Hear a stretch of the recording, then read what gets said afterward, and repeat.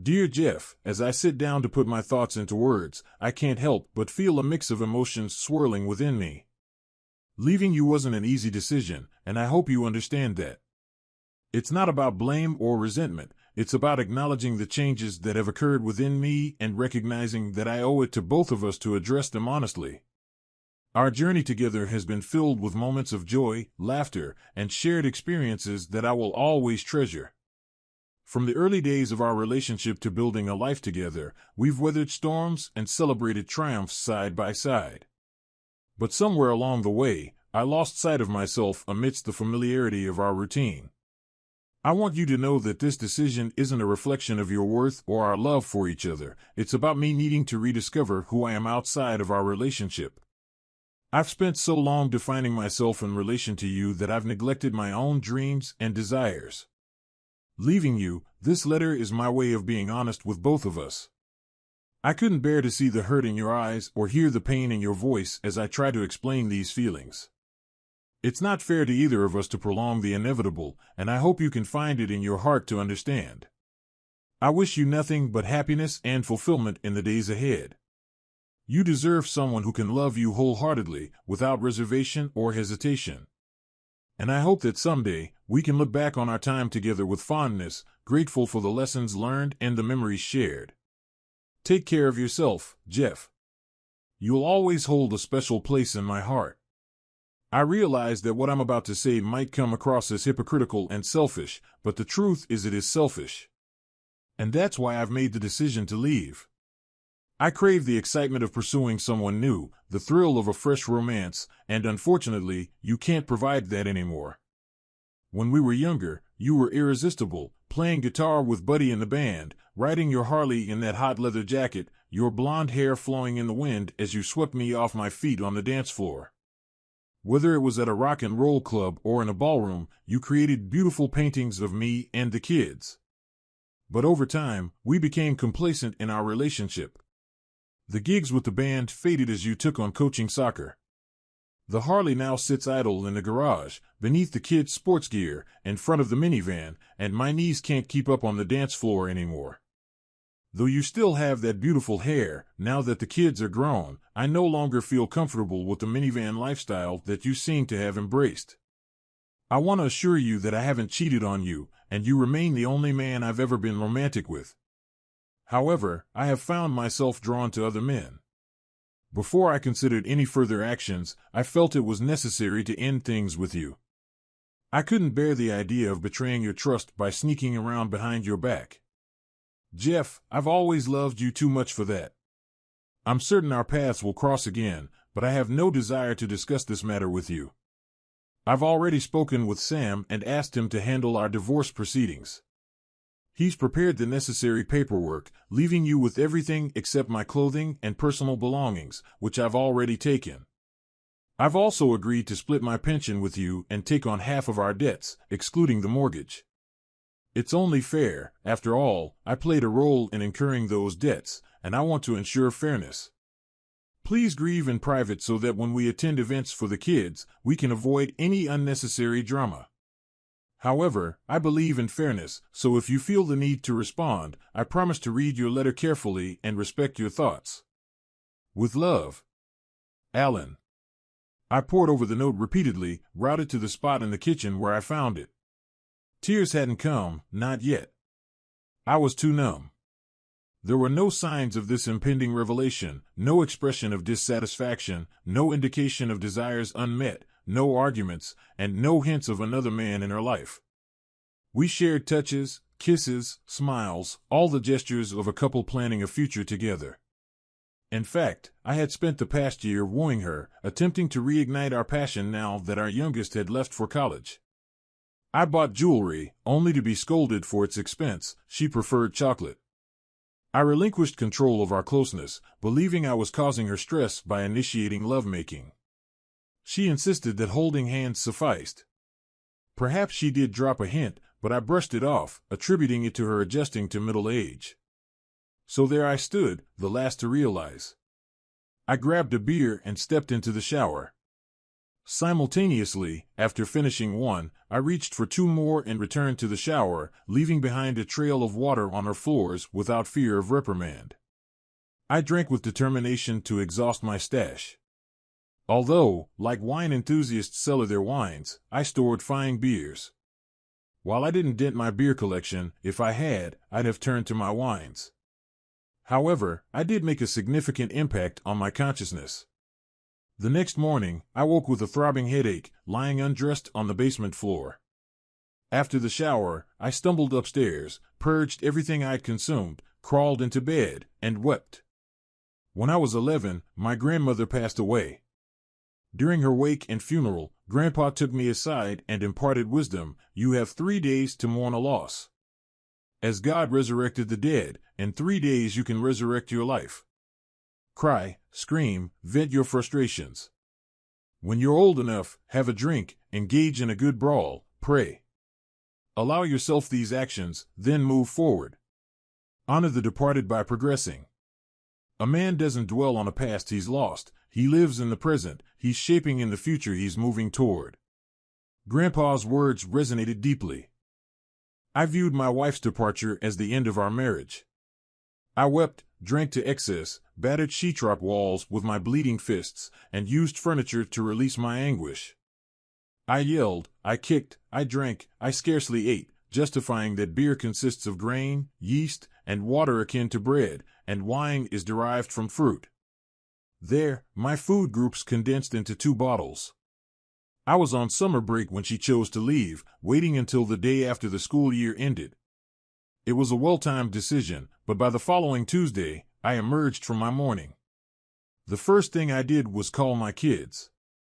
Ellen had already informed them of her choice, and they had desperately tried to reach me.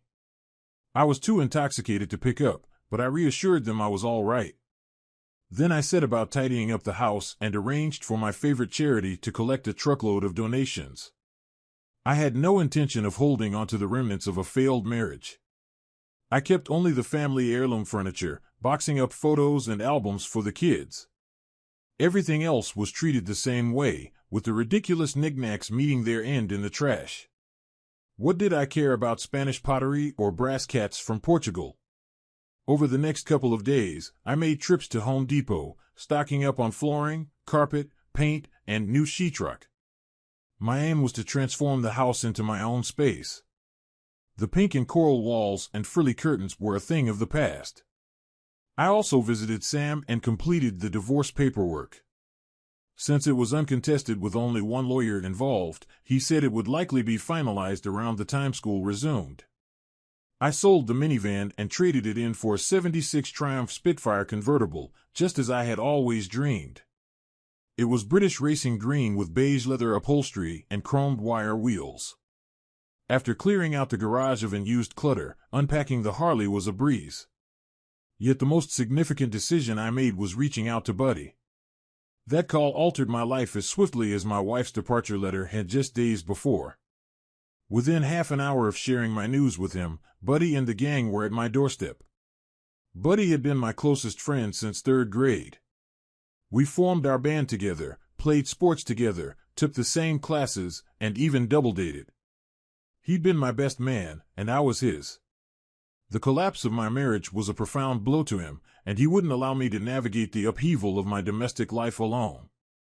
Our band had disbanded years ago due to life's demands, but our loyal supporters hadn't forgotten us. When I mention Buddy and the boys, it's more than just a handful of guys. We'd played at countless weddings, funerals, parties, and picnics, often offering our services at a discounted rate or for free because we cherished the community that followed us from gig to gig. Good deeds tend to breed more good deeds, and when news spread that I was overhauling my place to make it truly my own, the floodgates of generosity opened wide. Over the next fortnight, painters, carpenters, masons, plumbers, every imaginable tradesman, pitched in to fix up much more than just my walls.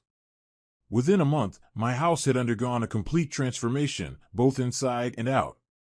There's something about a group of guys that attracts a crowd of girls. Their wives and girlfriends began dropping by Project Jeff's house to oversee the renovations, and soon they were bringing along their single friends for what we humorously dubbed Project Jeff's love life. No one was pushy in their matchmaking efforts, it was still too early for that. But it was evident that seeds were being planted, and before long, I found myself out dancing and socializing 2 to 3 nights a week. Spontaneous barbecues and gatherings sprang up at my place, and I was never short of company. Although I wasn't quite ready to dive into a new relationship before finalizing my divorce, Buddy floated the idea of resurrecting the band. In fact, he had already lined up gigs at clubs where we had old connections.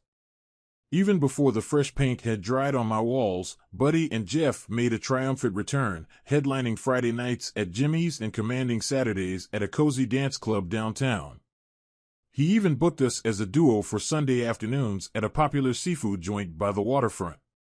It was as if we had never stopped playing together.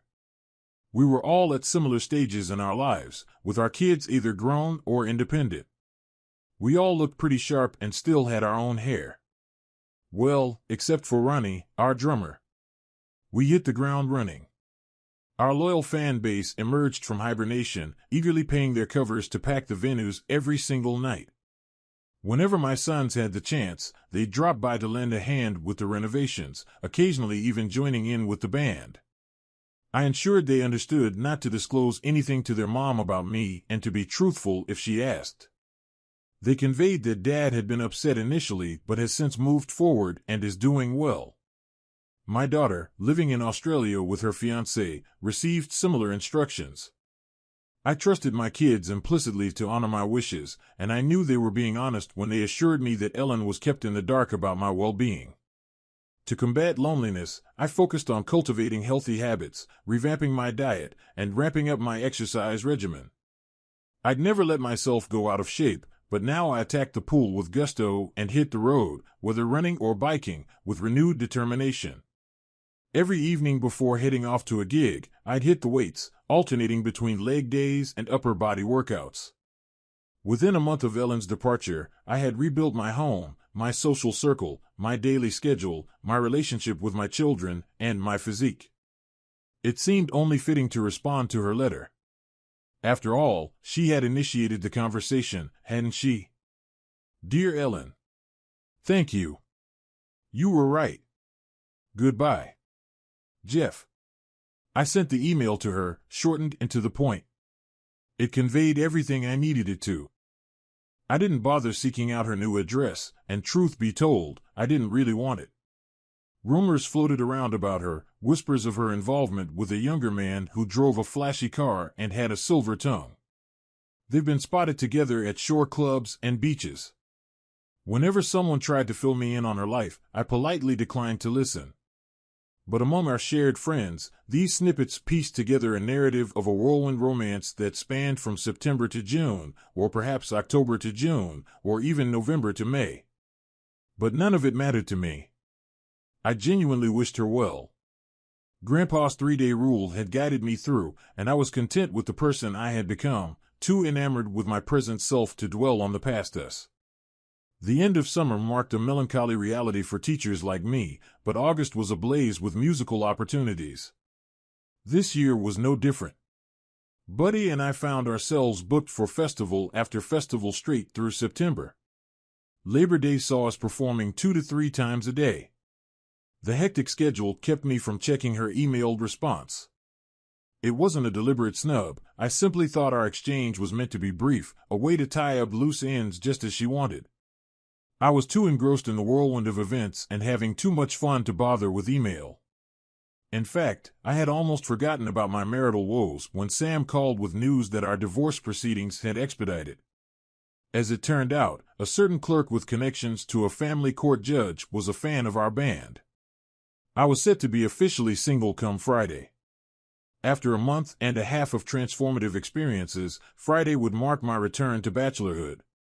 We were slated to perform at an arts festival and street fair in town, and suddenly all those scantily clad women with short skirts and plunging necklines were fair game. Cool. The street was packed when we hit the stage. We cranked up the amps to outdoor settings and unleashed our hard-driving blues style.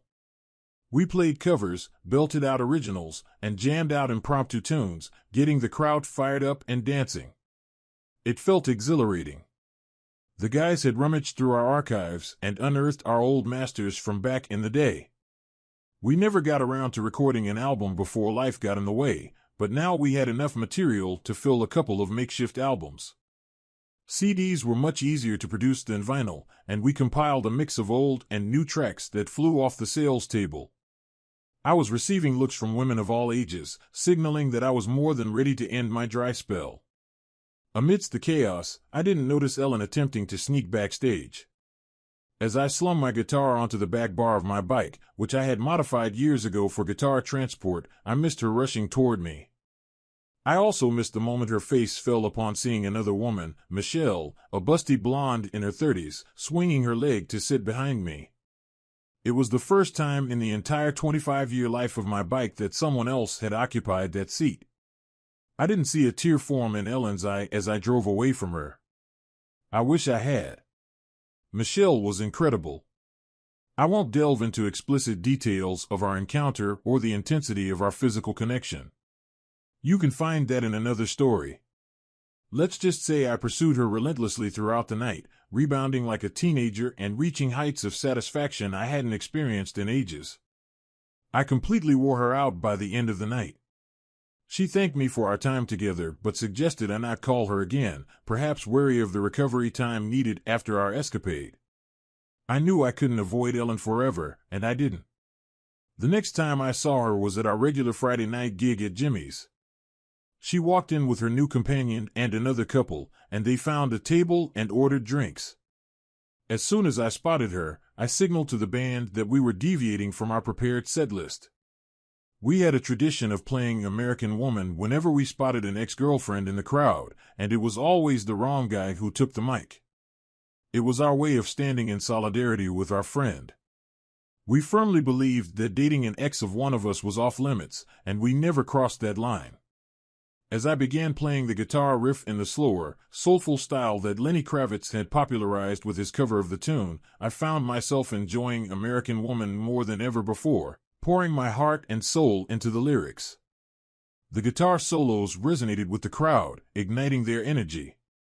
Unaware of Ellen's reaction, I didn't witness the moment her face fell upon realizing the song was directed at her. But Buddy's wife observed it later. She recounted how tears welled in Ellen's eyes as I sang lines like "Stay away from me" and "Go on and let me be," with emotions flowing freely. Ellen left before the song ended, barely maintaining her composure. Meanwhile, her companion and friends stayed behind, continuing to drink and dance into the night. It was evident that trouble was brewing in paradise. A week later, my older son paid me a visit with some intriguing news. It seemed Ellen and her boy toy had a falling out that same night. He was growing weary of her charms while she struggled to keep up with the energetic lifestyle, both carnally and otherwise, of a man in his 20s. He voiced frustration over Ellen avoiding venues where we performed. Word had spread that the band was back in action, drawing crowds wherever we played. Additionally, he was displeased to learn that Ellen had relinquished her rights to our property in the divorce and had been planning to move into my house. I had suspected him of gold digging, but his audacity was staggering. Perhaps he was unaware of our prenuptial agreement, a precautionary measure devised by Ellen's father, who harbored suspicions about any man's intentions toward his daughter. I had readily agreed to it, as I had no intention of causing her injury. The agreement stipulated that if either of us left the marriage for greener pastures, we forfeited all rights to the family assets, leaving them entirely to the other party. It was likely Ellen remembered this agreement, which might explain why she proposed such an amicable divorce settlement. After Boy Toy sent her packing, Ellen spent the following night in tears, pouring her heart out to the kids over the phone. I sympathized with her plight, but I had already gone through my 3 days of mourning for my marriage and was now free to offer support without being emotionally entangled. However, the kids weren't pleased with my detached attitude. They still saw me as unattached and believed I should welcome their mom back into the family home, at least temporarily, to help her get back on her feet. But I disagreed. Taking her in would mean dealing with the inevitable mood swings that came with menopause, a challenge I had already experienced during our marriage. Adding to that her feelings of rejection by Boy Toy, the humiliation of crawling back to me, and potential guilt over leaving me in the first place was not something I was eager to handle on a daily basis. I was enjoying my newfound simplicity and independence too much to disrupt it. As days turned into weeks, the kids toned down their insistence to a more reasonable request for assistance, and I obliged by allowing them access to the storage unit I had rented for our furniture and belongings, which were too valuable to discard, until Ellen found a small apartment of her own. I even lent them the band's truck to help with the move. With the new school year in full swing and a busy schedule for the band, I rarely crossed paths with Ellen. Although we both taught in the same district, we worked in different school buildings, so our encounters were infrequent. And when they did happen, I barely took notice of her. I had become a popular topic of discussion in the rumor mill, perhaps due to the frequent appearances of my Harley or sports car, or maybe it was my increased activity level spilling over into school life, or simply my newfound status as an eligible bachelor. But rumors held little significance for me. The band was thriving, my barbecue parties were legendary for their good times, and I never lacked female companionship. Content as could be, I found myself not missing married life in the slightest. Flying to France for Thanksgiving was a long-held dream of mine, coinciding with the release of Beaujolais Nouveau, and this year Thanksgiving fell early enough for the calendar to align perfectly. As I packed my bags, I was taken aback when my son called the night before I left, inviting me to a Thanksgiving dinner at Ellen's. He seemed genuinely upset when I explained I already had plans, but he quickly pivoted to suggesting that we host a family Christmas instead.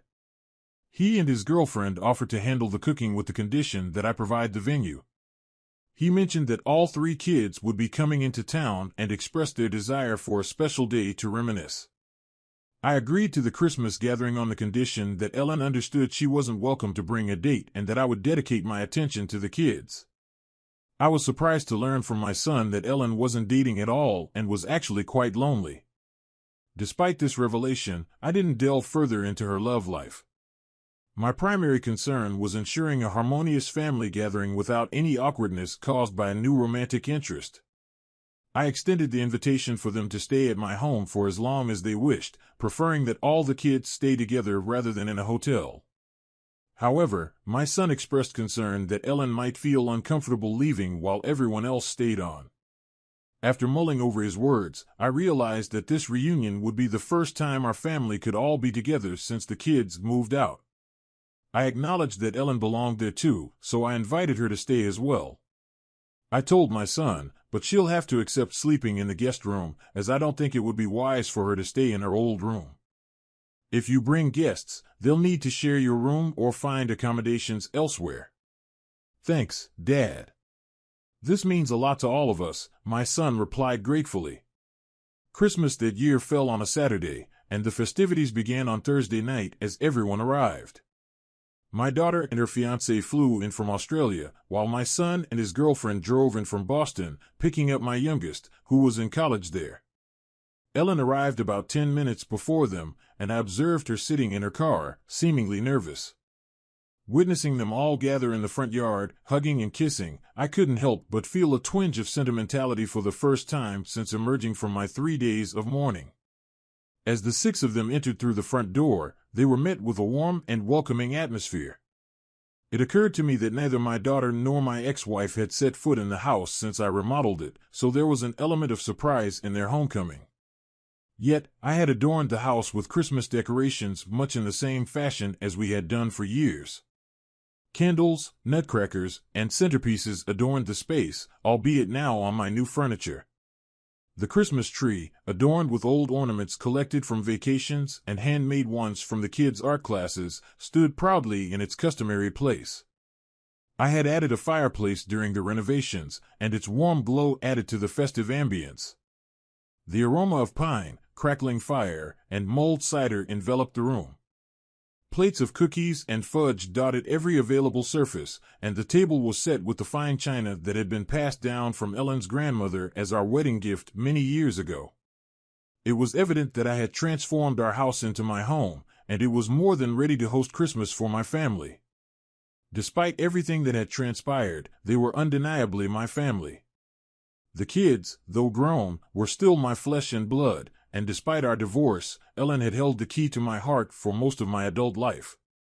There was a flurry of excitement as they explored the house.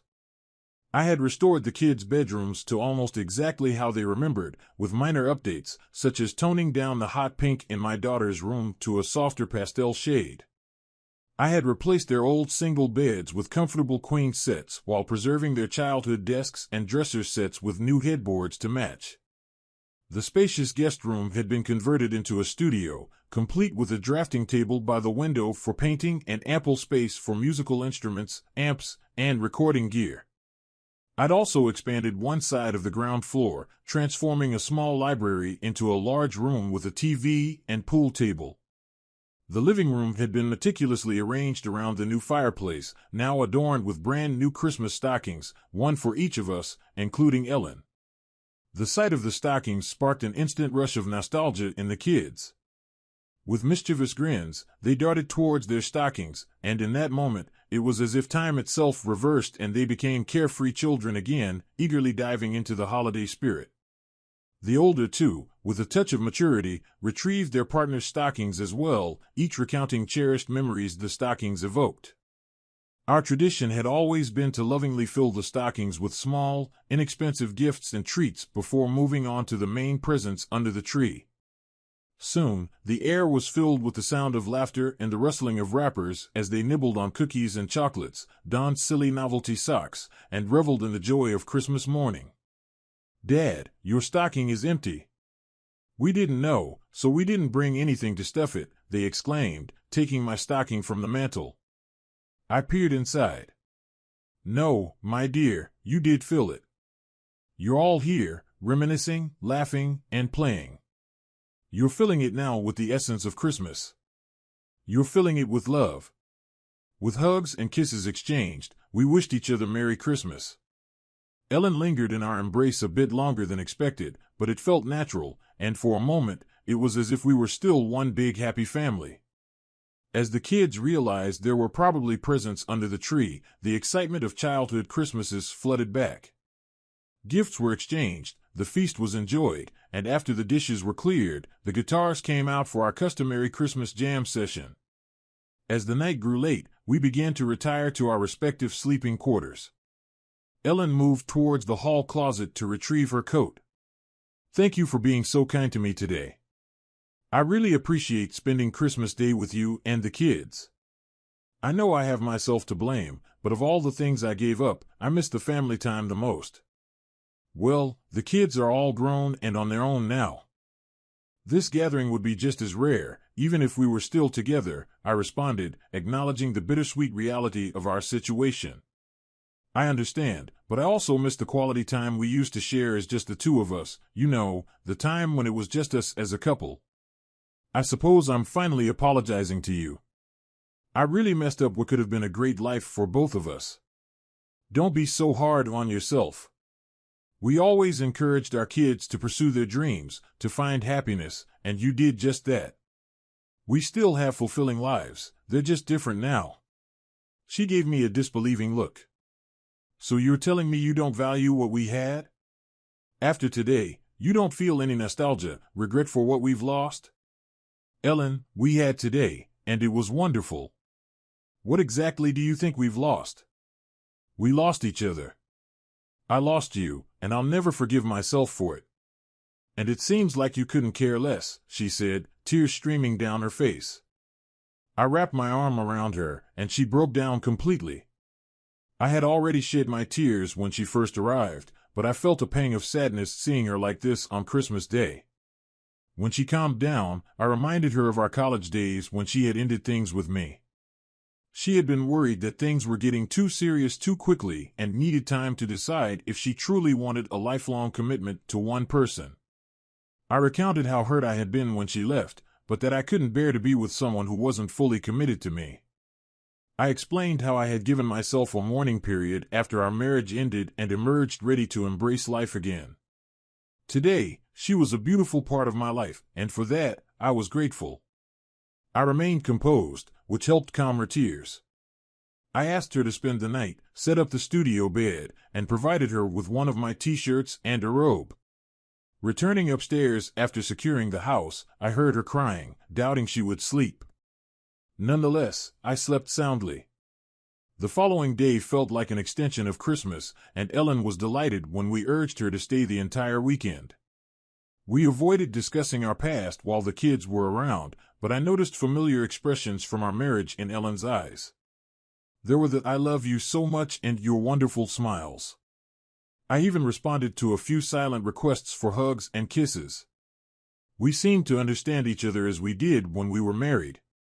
At meals, she poured her coffee, and I added just the right amount of milk. I buttered my pancakes, and she applied the perfect amount of maple syrup. We completed each other's sentences. However, we slept in separate rooms. After the children departed together, leaving my daughter to visit Boston with the boys and then head to Vermont for skiing, Ellen and I were alone in our jointly owned home. I tended to the fire while she opened a bottle of wine.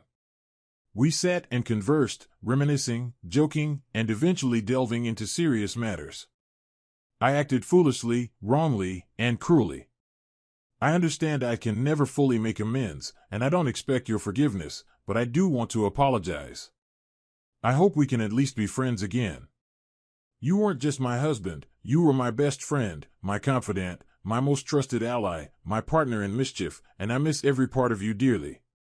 I smiled at her, and the floodgates opened. Ellen spoke eloquently, recounting how she fell into boredom, realizing now that she had pushed me away to create the passionless void we both endured. She described the excitement of meeting a flattering younger man and the temptation of a clandestine affair. She admitted to demonizing me to justify her actions, portraying me as the villain when she was the one behaving monstrously. Her narrative oscillated between the thrill of betrayal and anger that I didn't fight for her, that I seemed indifferent and allowed her to slip away. She confessed to feeling jealous of my life when I bounced back and resumed the lifestyle I enjoyed before we met, especially when she saw another woman riding on the back of my Harley. Her jealousy turned to rage as she witnessed me with different women, each offering something she perceived as superior to what she had given me. Her emotional state plummeted after the divorce was finalized, discovering that her younger lover had a pattern of dating married women until they were single, then discarding them.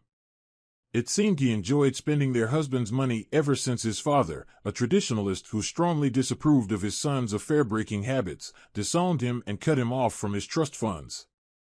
She struggled to find another prospect after the breakup. It appeared that the eligible men her age were either already taken or unwilling to commit to a woman who had cheated on her loyal first husband. While there were plenty of men willing to buy her drinks, dance with her, or spend the night, there were no lasting options. Younger men were content to date her. After all, she maintained her attractiveness and allure when she chose to engage. However, they weren't interested in a long-term relationship with someone going through menopause. Starting a family under those circumstances posed a challenge. I listened to her vent until she ran out of steam. I poured us both another glass of wine and handed hers to her with a smile. "Well, from what you've told me, I suppose you made some pretty foolish choices. But you don't owe me anything. As I mentioned before, you pursued your desires, and I loved you enough to let you go." I wished I could have captured her expression at that moment. It was clear she hadn't anticipated my response being tied to my love for her. "I forgave you almost immediately. How could I hold you in a marriage when you wanted out? I couldn't keep you confined or restricted. If I had forbidden something, you would have simply hidden it from me and proceeded anyway. Though your note may have seemed harsh initially, looking back, it streamlined things for us. We avoided property disputes and didn't have to worry about custody since our children were grown. I should thank you for that. So I'm no longer your husband, and it may take some time before you consider me a best friend or advisor. Trust is certainly an issue for me, but if you're willing to trust my advice, that label is yours to decide. Partners in crime might be a bit too romantic for where we are now, but how about we just call ourselves friends?" Tears welled up in her eyes as she melted into my embrace. She decided to stay another night, but no, let's not go there. We slept separately, we simply had a lot to catch up on. It seemed we were comfortable sharing the parenting role again. The following day, she went home to prepare for a New Year's trip to join the kids in Boston. I had gigs lined up all week. It's a highly lucrative time for musicians. The added benefit was that my focus was on my music, and Ellen hardly crossed my mind. With the start of the new school term after New Year's, my schedule left little room to see Ellen. Our paths crossed next at an in-service conference in April. We ended up sitting beside each other and found ourselves sharing a table for lunch. We had a delightful conversation centered around my daughter's upcoming marriage in Australia. It seemed we were reverting to our roles as friends. Towards the end of the lunch, she thanked me for treating her well both that day and at Christmas. She expressed happiness that we could move forward as friends and then asked me for a favor. She blushed, hesitated a bit, and finally stammered out a request to go for a ride on the Harley one Saturday. I responded eagerly, affirming that Sunday was forecasted to be warm and beautiful with no prior commitments. I suggested we take a ride up north, stop for a pleasant lunch, and relish some time in the fresh air. She was cheerful and animated. Memories of her on the bike with me when we were younger flooded back.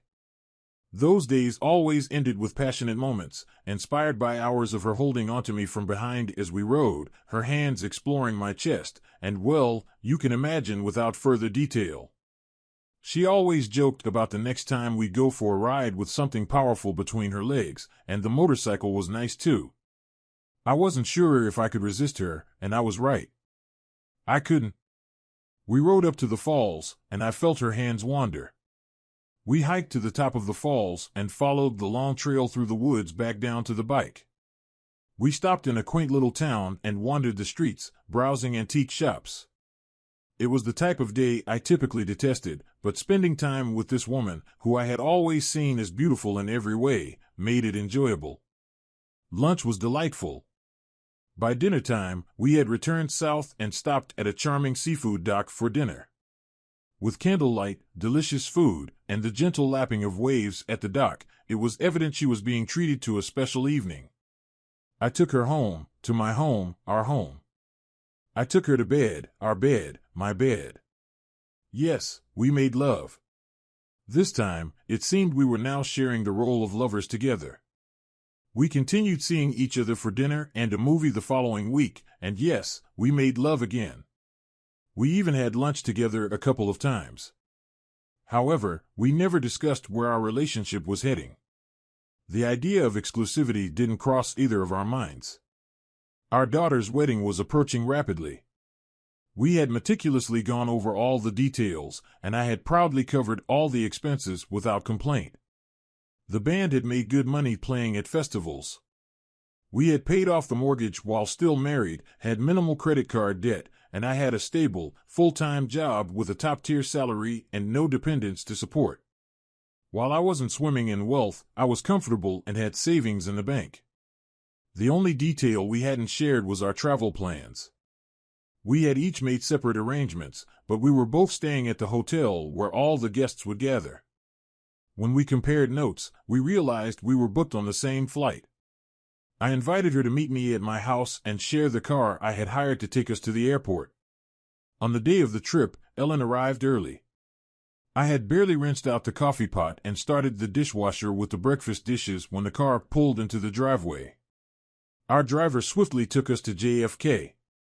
After checking our bags curbside, we headed into the terminal together. Since there weren't many direct flights from JFK to Sydney that day, the check-in counter wasn't crowded, and we joined the line together. I stepped up after Ellen, and the counter attendant asked why I hadn't used the shorter line for first-class passengers.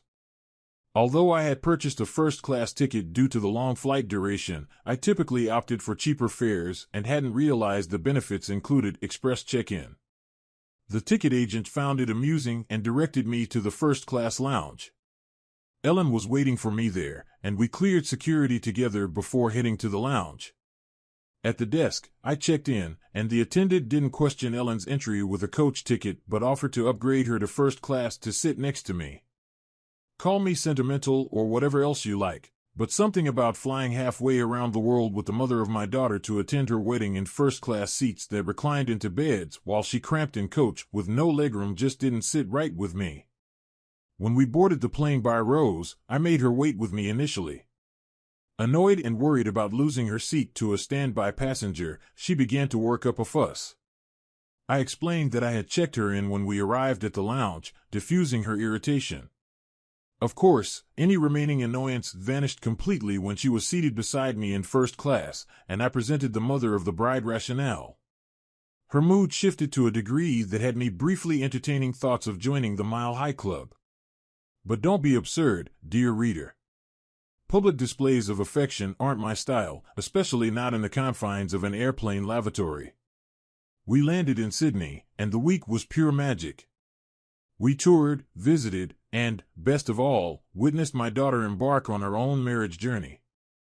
I can't express enough how proud I felt uttering my soul line, "Her mother and I do," as I gave her away after walking her down the aisle. At the reception, I escorted Ellen and savored the customary dances. Among the evening's highlights was when her brothers and I joined the band for a spirited rendition of All American Girl, our musical tribute to our little girl. Following the festivities, Ellen, the boys, and I convened in the hotel lounge. One of them cut to the chase. "So what's going on with you two?" "Nothing new, sweetie," Ellen replied. "Your dad and I are simply embracing our roles as your parents. We've moved past our past and are relishing life. Is that all right with you?" "Yeah, Mom, it just seems like more than that. It seems like you're getting close again. Maybe even, I don't know, getting back together." "Honey, I'm not oblivious. I had a moment of insanity a while back and made a foolish mistake, all right? I was foolish then, incredibly foolish. I own up to that and accept the consequences. Your dad and I have discussed it, and what he said is true. Just like we always taught you, I made a decision. I left the relationship, and I accept the consequences." The boys turned to me for input. Having nothing further to contribute, I sat there with a smile, savoring a delightful local Australian ale. "Come on, Dad." Mom answered the question. "Do we get to hear from you?" "Boys, you should be grateful we didn't spend the week here hurling hurtful remarks at each other. I hear that's what divorced couples often do at events like this. Beyond that, I believe your inquiry generally delves into my romantic life, which is off limits. Didn't I teach you not to kiss and tell? So why would I? But Dad, you love Mom. It's obvious to all of us, and we're both old enough to understand when a girl says she wants to be just friends. So, without giving me nightmares and unpleasant mental images of your love life, just tell us, are you and Mom more than just friends? Son, given our history, if we're friendly, it will always surpass mere friendship. She's the love of my life, the mother of my children, and the greatest friend I've ever had. It's one of those things humans can't simply switch on or off. Beyond that, I can't provide an answer because that part of our life story has yet to be written." We chatted a bit longer before retiring to our respective rooms. Just as I had slipped into my pajamas, there was a knock on the door. It was Ellen. I welcomed her in, and we climbed into bed. She expressed gratitude for the first-class upgrade, and before I could catch my breath, she began thanking me for the wonderful week we'd had. She thanked me for approaching our daughter's wedding as a team and for what I had told the boys in the lounge. Exhausted from the onslaught of gratitude, I could barely keep up. She stayed for breakfast, which I ordered from room service. The journey home felt like a dream. Upon arriving at my house, before she left, Ellen gave me a deep kiss. "I want you to know that I'm here for you, whatever you want, whenever you want. Somewhere along the line, I forgot why I loved you. Somewhere in the routine of being an adult, I forgot how much I loved you. Leaving you was the biggest mistake I could have made. I threw away the most precious thing I could ever have. Hurting you will always be the biggest regret of my life, and I wish I could turn back the clock. Whatever you need, whenever you need it, just let me know. Need a tennis partner? Call me. Need a roadie, groupie, backup singer? I'm your girl. Need a lover? I'm your woman. Whether it's having love, making love, abusing me, or making love to me, I'm there. Need a meal cooked? I'll do it. I'll clean, fold your laundry, do the dishes and windows. I'll never ask or expect exclusivity. I know I gave that up. But if you ever ask, the answer is yes. Friend, girlfriend, mistress, lover, wife, just ask. Thank you for being you. You're wonderful, and if you ever decide to settle down with someone else, count on me to let her know what she has and that she'd better make you happy or I'll be waiting. That's really sweet of you, Ellen. I've been so happy that we've been able to reconnect. I'm just not sure I'm comfortable putting labels on us. I don't know where we're headed. I'm just glad we're on this journey together, at least part of the time. I've spent my whole life living with women and usually doing their bidding. First, my mom and sister, then right after college, marrying you. I kind of enjoy living in a home where I determine the colors and clutter levels. I like cooking my own food the way I like it and having the fridge stocked with my favorites. I love playing in the band, and I have to admit, having an open love-making life has been good for me. I don't plan on changing that anytime soon. Do you remember the note I wrote in response to your letter? Yes, you said I was right, thanked me, and said goodbye. You didn't even sign it, love. I meant every word in that note. You were right. We were stagnant and needed a change. The thank you and goodbye were sincere. Anything about love would have felt insincere and out of place. Anything else I could have said would have either been spiteful or made me seem like a pathetic beggar. I'm not good at that. So I wrote what needed to be said and left it at that. What needs to be written now, Tom? Not a thing. I've shown you everything you need to know. Yes, you have. You've shown me that you care. You've shown me you still find me attractive and hot. Even you've shown me you want me.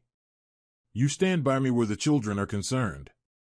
You've shown you love me more than a casual lover, enough even to share dinner and breakfast. You enjoy my company enough to date me. You respect me and our history enough to upgrade me to first class, pay for our daughter's wedding completely without asking a cent from me, and to declare to our sons that I'm the love of your life. The only thing that seems to be missing is a more full-time role, being your wife. I want you to know I understand that and will never press you on that topic. I know I gave that right away. But understand that if you ever choose to ask, the answer is yes in advance. And I'll be praying every day of my life for the chance to say it. With that, she kissed me good night. Sure, I considered what she said. But come on, let's be realistic. I may be whipped, but why settle for just one? I had everything I could want.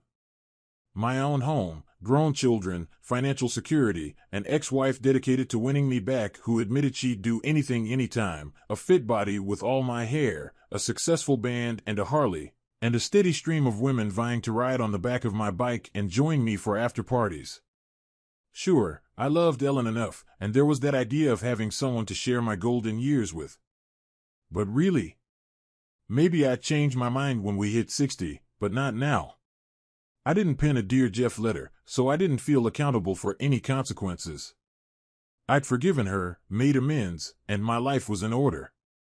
So I dialed the number of that busty blonde who hopped on my Harley after the street festival and became my first post-divorce fling.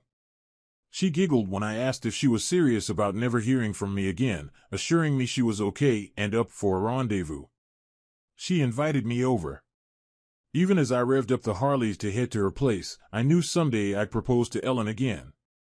But that day wasn't today.